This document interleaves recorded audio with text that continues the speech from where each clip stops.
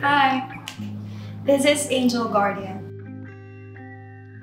And these chapters remind me that life isn't about one perfect story.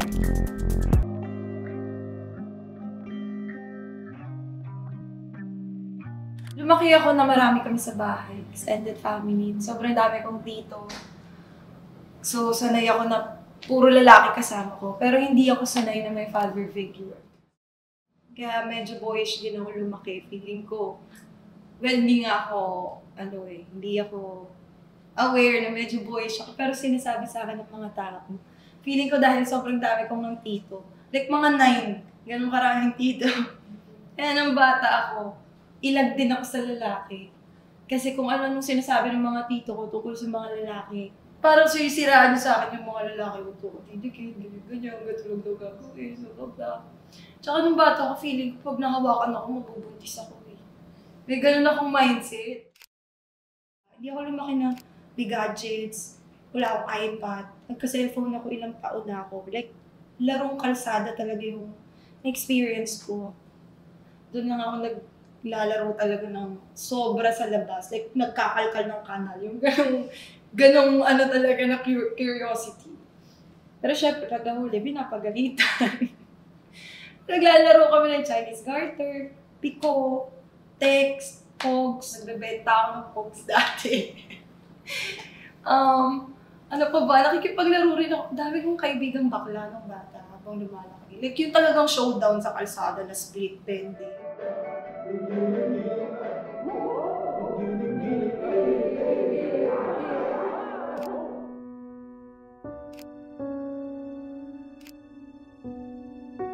Well, hindi kasi okay yung mom and dad ko growing up. Like, maaga sila nag-separate. Nakakausap ko yung dad ko through phone calls pa. Pero, malabo sa akin. Hindi ko rin siya naiintindihan.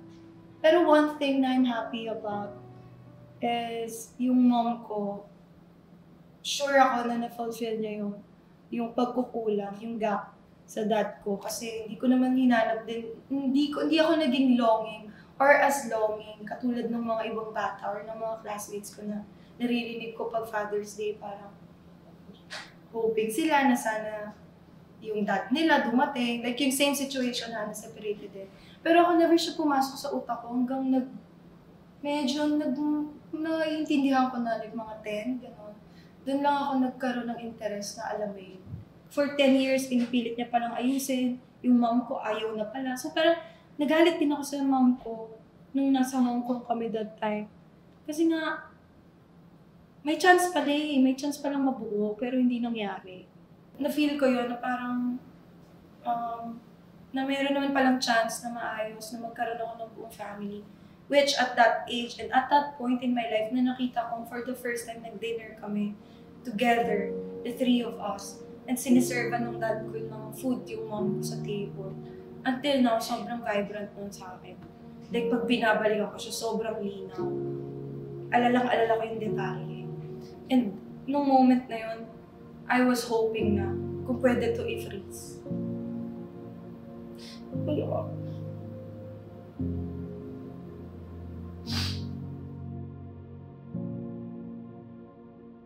Sinama ako ng dad ko na meet yung stepmom ko and yung siblings ko. Maliliit pa.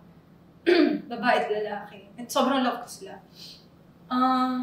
Nung nakita ko sila, kung paano sila yumakap kay Papa, ganyan. Lahat ng prayers ko the day before that, pinabi ko talaga.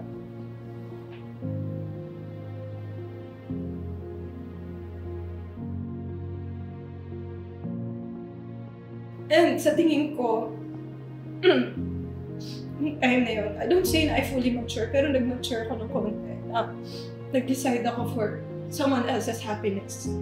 Dahil alam ko na yung pakiramdam. And ayokong ramdaman yun yung dalawang bata, yung dalawang kapatid ko. Ngayon siguro, well, medyo na overcome ko na rin yung self-doubt ko. Yes. And it's something hard kapag sarili mo na yung kalaban mo. Pero thank God na overcome ko siya. Kasi ang laki na rin ng pinagbago ko. Gaya ng sinasabi ko, mayayain talaga akong tao. Before Running Man, wala na nga, ayoko na mag-artista eh. Kasi nga, iniisip ko para ba ako dito. Pero, parang kulang naman ako sa energy para mag-artista. I mean, kulang ako sa effort na, alam mo yun, na hindi katulad ng iba na sobrang laging hobby and all that. Hindi naman ako all the time ganun. And I can't force myself. Nahihirapan ako. And mataas na yung anxiety ko as a person. Very anxious akong tao. Wala kasi I'm sharing everything. Pero I'm sharing everything in the most comfortable way. Sobra. Di naman ako maiiyak dito kung hindi ko binuksan talaga yung sariling puso ko. I don't usually say these things and ako mismo I surprised myself today na umiyak ako sa part na share ko yun kasi it is something na parang hindi ko rin in-expect na, uy, meron pa pala. Meron pa pala, may napipiga pa tungkol dyan. Okay guys, since medyo madrama itong araw na ito, punta naman tayo sa medyo kalmado. Chill naman tayo ngayon. Para naman medyo gumaan ang mga bagay-bagay. Tayo ay mag-yoga. I'm ready!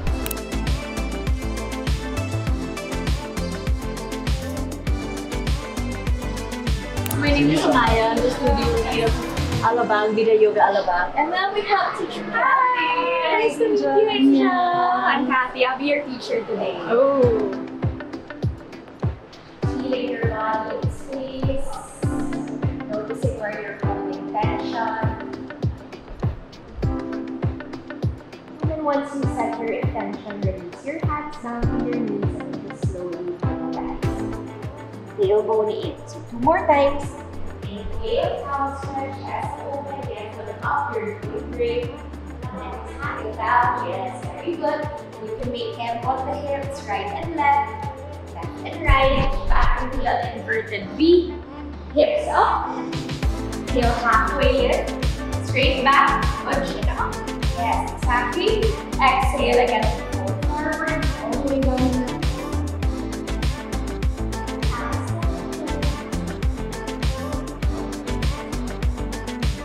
Talagang deserve ko to after ng interview natin kanina. So thank you, Coach. Thank you guys for bringing me here.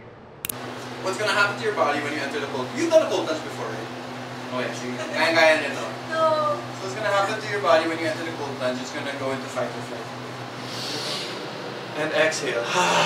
Good. If ever you feel like you're panicking in there, you can just breathe louder. Okay lang yan. Edit ka naman dito. Ready? Big inhale. Exhale. Good. Big inhale. All the way down. Exhale. Good. Big inhale. And exhale. Good. Breathe ka lang. Big inhale. Exhale. Good. It's just cold water. Big inhale. Big inhale. And exhale. Big inhale. Breathe harder. Strong exhale, Angel. Yeah, let it out. Big inhale. First minutes. Yan. Big inhale. And exhale. Yan. You can talk. You're breathing normally. You're in there. You can have a conversation. The shock is over. Angel, kumusta? Anong gusto mong i-share sa mga... Ano bang pwedeng kainin ngayon? Like, So yeah, good. Okay, go Angel. 3:30 Grabe, tulog talaga na doon. Oh my God! So you should. Ano gagawin, Coach? Kailan ba niyo pumasok sa You can go sauna? to the sauna. It's gonna help. Basic. Grabe. Ilang beses ako sinubukan ni Mama na yung mom ko din talaga yung naging way. So, mag-thank you kayo sa kanya kasi dahil sa kanya nandito ako. So, nung bata ako, in-enroll ako ni Mama sa modeling workshop. At ang rason talaga nun, kasi nga mahihain ako. Sobrang natatakutin ako. Kwento ni Mama, natatakutin ako, mahihain ako, kabado ko lagi. So, parang feeling ko anxious talaga akong bata. Nagbabayad siya, pero wala daw, di naman din ako naglalakad or kahit ano. Nanonood lang ako. Hanggang siguro nasanay ako sa environment. One day, wala na, marampa na ako.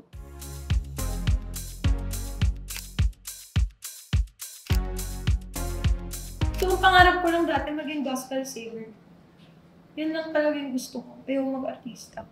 Oh Lord, you touch me. You know my way. Even when I failed you, I know you love me. Okay na yun? Actually, the second time around, ano na eh, more of dahil wala akong ibang choice. Sa madaling salita. Kasi ito na yung time na tumayo na ako sa sarili kong paa. And nag-isip ako ng paraan. And syempre, unang pumasok sa isip ko yung pag-artista kasi yun yung something na nagawa ko na before. Na feeling ko naman eh, kung pipilitin ko or kung susubukan ko, kaya ko naman.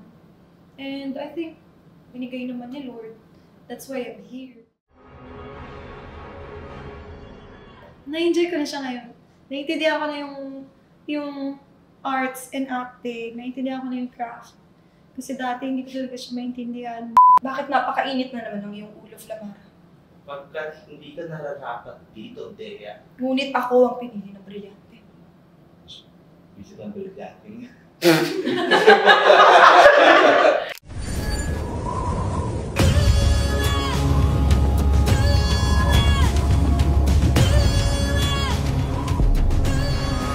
Sangre, syempre. Nag-umpisa pa lang ako. And until now, hindi pa rin ako makapaniwala eh. Parang, gaya nga ng sabi ko, hindi ko naman siya, hindi siya yung dream ko. Kung ako wala ako sa pag-artista, siguro, and okay kami ng dad ko, baka veterinarian ako ngayon. Yun lang yung gusto ko, veterinarian or pilot, either of the two. Wala talaga sa isip ko mag-artista or maging nasa showbiz.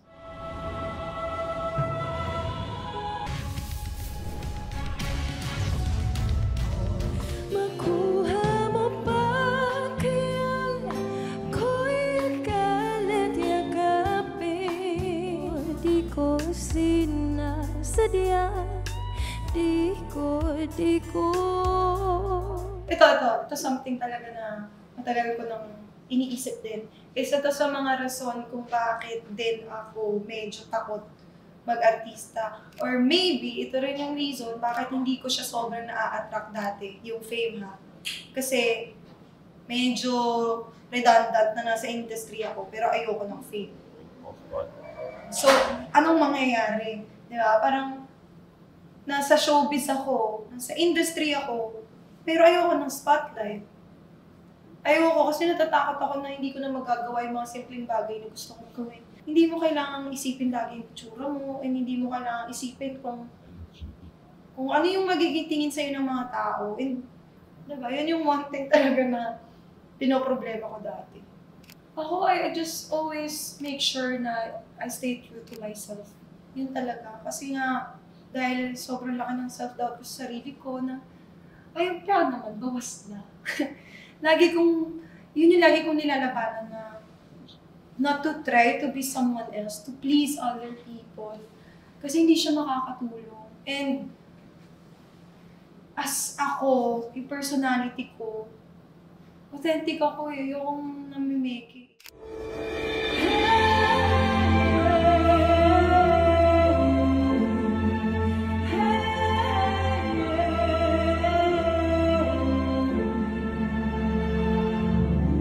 Hindi totoo, pa-proud ako sa sarili ko. Nung 14 years old ako, in fairness naman sa akin. Hindi ko rin alam saan nanggaling yung, yung strength na yun para magpaubaya. And that's I think, that's a sign of a reflection of me as a person na kaya kong gawin yun at a young age. And nakakatuwa din kasi parang naging ko din siya eh. Parang naging parte na rin siya ng kinakapitan ko. Kasi, siguro na ma-inspire sila to do it scared. Kasi ako ganun ako eh. Parang, lagi naman akong takot, pero ginagawa ko siya. Sa bawat akbang naman ng buhay, meron talagang mga malalakas yung loob naturally. Pero ako, I always do it scared. Diba? Kulibiyok pa.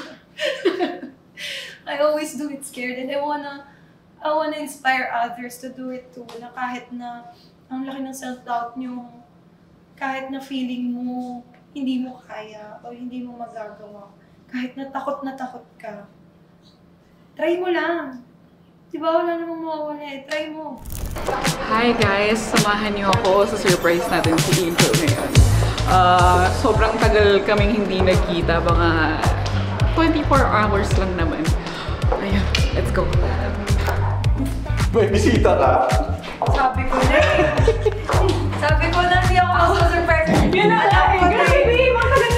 Sobrang tagal na! Tita! Oh my God! Type nose.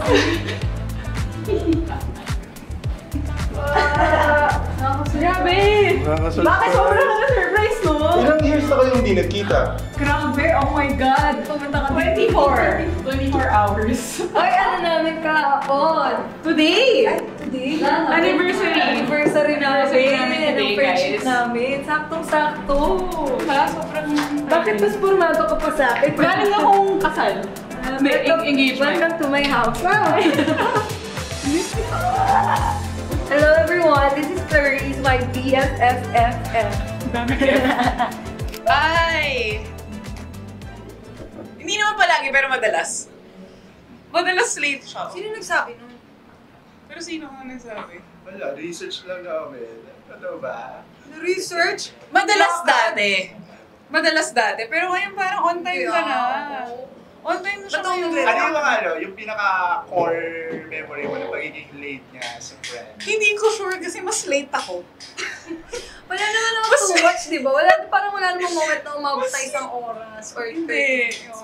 Oo. Sobrang bihira. Pero yung mga, mas late kasi ako eh. Hindi naman. Oo. You say it. Depende kung ano yung pagkagastusan niya. Kuripot ako. Pero, kuripot siya pero sa akin parang hindi ko na-feel na kuripot siya. Oh, pero sa ibang bagay, kuripot ako. Like, Ano masinop. Parang hindi lang siya sa pera, yung pinag-iisipan niya kung saan niya gastos. Napahalagaan. Oo. Red flag, ang bagal mag-reply na ito. Hindi ako magsasalita tungkol dyan. Diyos ko, kung ako yung boyfriend nito, buong araw walang ka-update. Kaya kita love kasi naiintindihan mo. Ayun lang naman. Red flag, parang siguro busy kasi siya eh. So, sa time, siguro. Pero hindi siya red flag ba yun? Oh, Yun lang. pwede. Mabagal lang talaga siya mag-reply. Green, marami. Wow. Libre mo ko mamaya. Naghanap talaga ito, babe. Ano ba gusto mo kainin? Nakakukait mag-ano tayo. Fine dining. Oo, tara. Green flag, super, thoughtful. Saka, like, maalaga siyang kaibigan na, yun nga, yung na-mention ko kanina, sobrang, well, sa kanya ko na-feel na love niya ako talaga. Ayun. Wala ako, I'm really grateful na nakilala ko si Angel. Very, parang sobrang laking, ay, iyak na. Sobrang laking, Maawa ako, tinamayakit ka talaga eh! hindi, sobrang, like, ang laking blessing niya sa life ko. Parang, sobrang bihira na makakita ka ng someone like her. And sobrang blessed ako to have her in my life as best friend ko pa. I love you so much. Huwag mo akong iiwan. Huwag kang umalis ng Pilipinas. Ay, Parang awa mo. Maraming salamat po sa pagsama sa akin today. From the interview, hanggang pag-yoga ko, cold plunge, na talaga namang sinubok ang aking mental capacity. And syempre sa pa-surprise naman talaga naman ang best friend ko lang dito. So thank you so much, chapters, and sana nag-enjoy din kayo as much na nag-enjoy ako today. And ayun lang, hope to see you again. Till next time. Bye!